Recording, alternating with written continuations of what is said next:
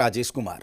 बिहार में इसी साल चुनाव है और इस चुनाव के लिए तमाम पार्टियां जातीय समीकरण को साधने की कवायद में जुटी हैं। दलित वोट बैंक पर सबसे ज्यादा फोकस हो रहा है। 14 अप्रैल को बाबा साहेब की जयंती है, तो इसी जयंती के बहाने जेडीयू ने सूबे की 21% दलित आबादी को साधने के लिए भीम संवाद किया, जिसमें सीएम ने भी शिरकत की। और इस संवाद में उन्होंने ये दावा किया कि दलितों के लिए जो काम उन्होंने किया है वो किसी ने नहीं किया। नीतीश कुमार ने तो यहां तक दावा किया कि वो बाबा साहेब के सच्चे शिष्य हैं। तो क्या उनका ये मैसेज चुनावी जमीन पर काम करेगा?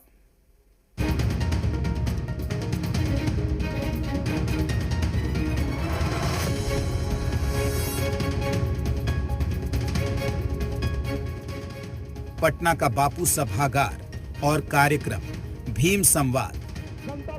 चुनावी साल में दलित वोट बैंक को साधने की मुहिम जो शुरू हुई है, उसमें जेडीयू भी शामिल हो गई। 14 अप्रैल को बाबा साहेब भीमराव अंबेडकर की जयंती है और इस जयंती के मौके पर ही जेडीयू की तरफ से भीम संवाद का आयोजन किया है, जिसमें सीएम भी शामिल हुए और फिर दावा किया कि बाबा साहेब के असली अनुयायी तो वही हैं। बाबा साहब ने संविधान की रचना की, ये कोई मामूली बात नहीं है।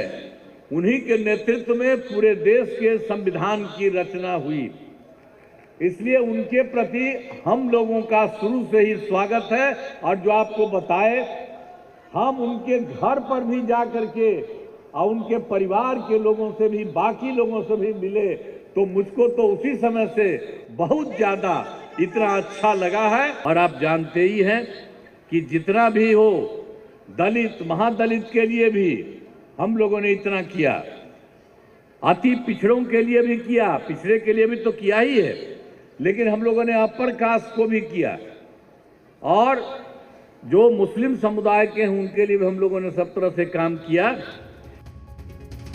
माननीय मंत्री इस दौरान सीएम अपने सबसे करीबी मंत्री अशोक चौधरी को बुलाया और निर्देश भी दिया कि दलितों के लिए काम कैसे करना है। नीतीश कुमार जिंदाबाद।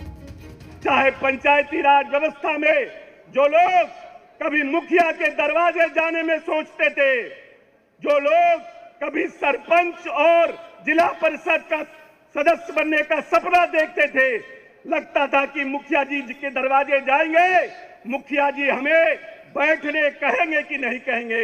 माननीय नेता ने अपने कार्यकाल में वैसे लोगों को मुखिया बनाने का काम किया और एकल पद पर पंचायती राज व्यवस्था में आरक्षण की व्यवस्था की।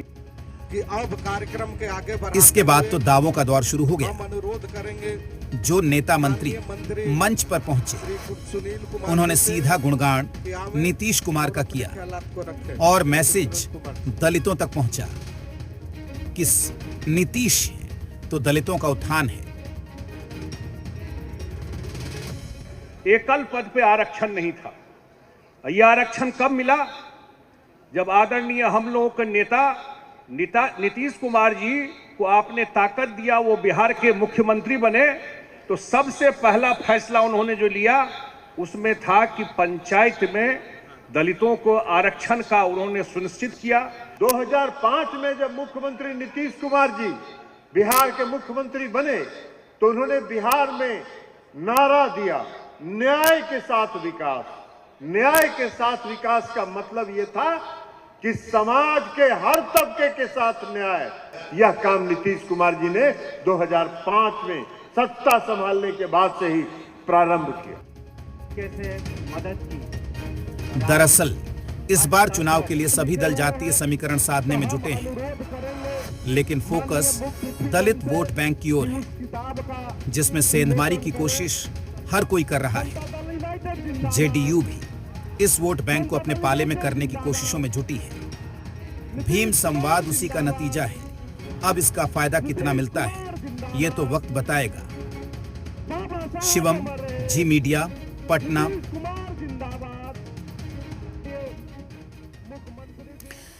एक तरफ जेडीयू ने भीम संवाद किया।